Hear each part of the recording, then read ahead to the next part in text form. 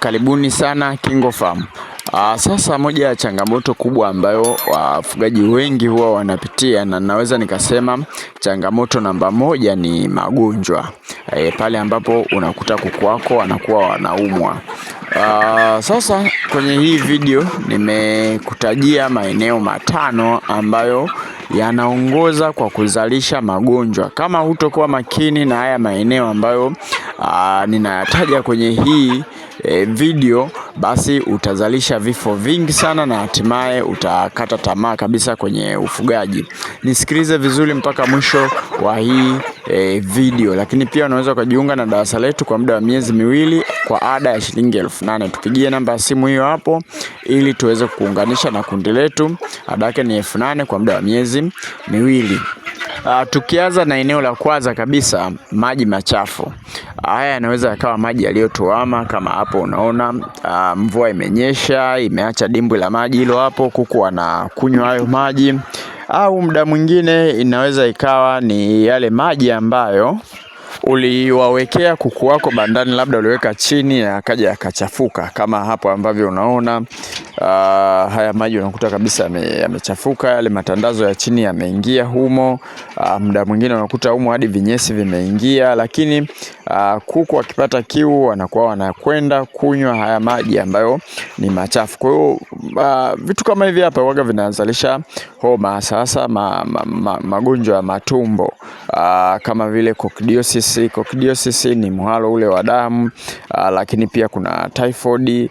Typhoid ni muharo fulani unakuwa mweupe ambao kama vile kamasi vile. Lakini pia kuna ugonjwa hatari zaidi, ugonjwa wa kipindupindu ambao unakuta kuku wako wanahara muharo wa njano, kama vile unagandia nyuma.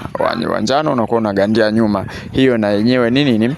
Ni kipindupindu, na huu ugonjwa huwa unaua sana. Kwa hiyo haya ni maeneo ambayo ukitaka kuyarekebisha, kwa mfano kama kuna madimbu ya maji ya mvua, fukia. Lakini pia hakikisha vyombo vyako vya maji unaviweka juu. Na kama kuku wako wameshapata hii shida ya huu ugonjwa, mara nyingi sana magonjwa kama haya waga tunatibia kwa kutumia dawa kama vile majani ya mpela, papai, majani ya mpapai. Lakini pia tunatumiaga mwarobaini kutibu magonjwa kama haya hapa. Jitahidi sana upate kitabu cha ufugaji bora wa kuku wa kienyeji. Kwenye kile kitabu tumeelezea namna ambavyo unaweza ukatengeneza tiba za magonjwa mbalimbali. Hayo magonjwa kwa coccidiosis, typhoid, kipindupindu, yote tumetaja tiba na kipimo chake. Inawezekana umesikia hapa nimesema tu majani ya mpapai, majani ya mpela, hujui unaweka kipimo gani kwenye maji kiasi gani. Kwa hiyo ukitupigia namba ya simu hiyo hapo, sisi tutakupa kitabu ambacho kinaelezea hivyo vitu. Gharama yake ni shilingi 10,000 na ni soft copy, na kutumia kwa njia ya WhatsApp, kiasi kwamba ukilipia muda huo tuna kutumia hicho kitabu. Eneo la pili, ndugu zangu, na ni hatari sana, ni kwenye chakula.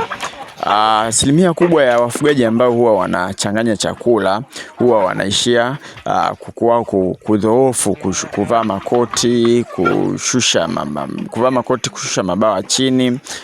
Unakuta kuku amezubaa, amekaa eneo moja sababu ya kushindwa namna bora ya kuchanganya hiki chakula. Wafugaji wengi sana unakuta unawapa tu pumba, labda wanachanganyia na mashudu kidogo, ndio wanawapa kuku wao.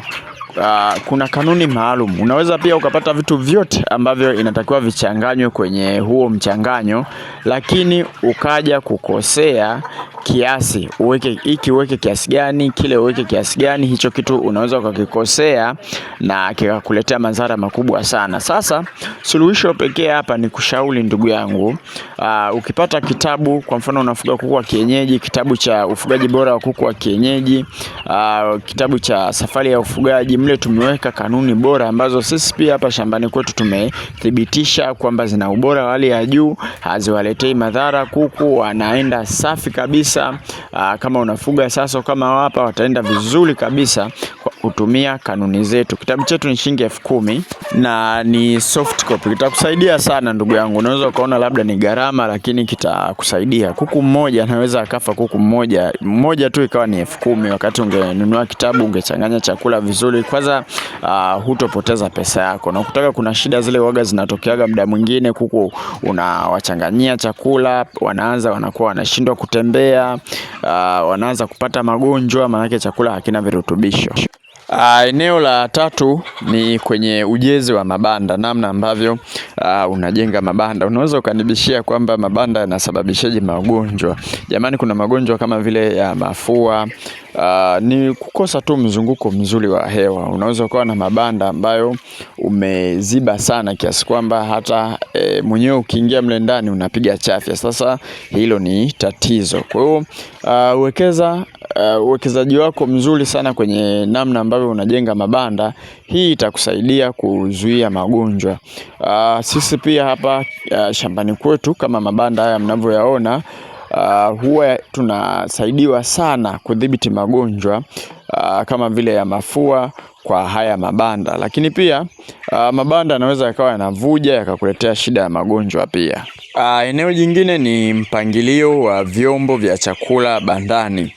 Nitakiwa utumie vyombo ambavyo havimwagi chakula jamani. Kwa mfano, hapo unaona kuna hii plate na mwaga chakula, lakini angalia kwenye hiki chombo hiki kinachofuata hapa, hakimwagi chakula hata kidogo chini, wakati hiki kimemwaga chakula cha kutosha chini. Sasa hii au kuku wakimaliza hiki chakula cha kwenye makopo, watakuja kula chakula cha chini, na ndio unazalisha yale magonjwa ambayo tunarudi, magonjwa ya matumbo kama vile typhoid, coccidiosis, pamoja na kipindupindu. Ni magonjwa hatari sana kwa kuku, yanaua sana.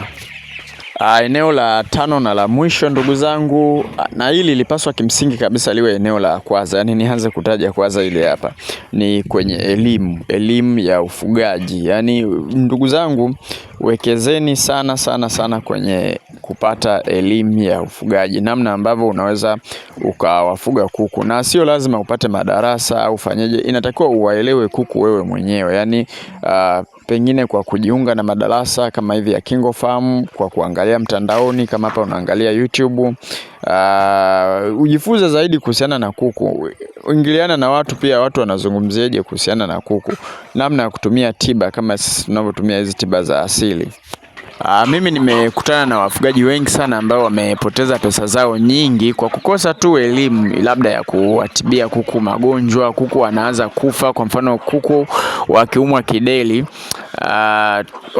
wafugaji wengi wanaamini kabisa hao kuku hawawezi wakapona, na kideli kinaua zaidi ya 90%. Kwa hiyo mtu anapoteza kuku wote, wakati sisi KingoFarm hapa tunatoa elimu ya namna ya kutibia kideli, na watu wanaitibia, wanapona vizuri kabisa. Tuna vitabu ambavyo vinaelezea tiba ya namna ya kutibu mdondo, kuku wanapona vizuri kabisa. Kwa hiyo tuwekeze pia kwenye elimu. Hili ni eneo ambalo pia linasababisha vifo sana kwa kuku wengi, kwa sababu ya kushindwa kuelewa namna ya kuwalea na kuwafuga kuku. Asanteni kwa elini jamani. Unaweza ukatutafuta sisi KingoFarm kupitia namba za simu hizo hapo. WhatsApp tunapatikana, lakini pia kutupigia simu tunaweza tukawasiliana vizuri kabisa na tukakupa mbinu za namna ambavyo sisi tunafuga. Gharama ni 8,000 kujiunga na kundi letu kwa muda wa miezi 2, lakini vitabu vyetu, kitabu kimoja ni 10,000.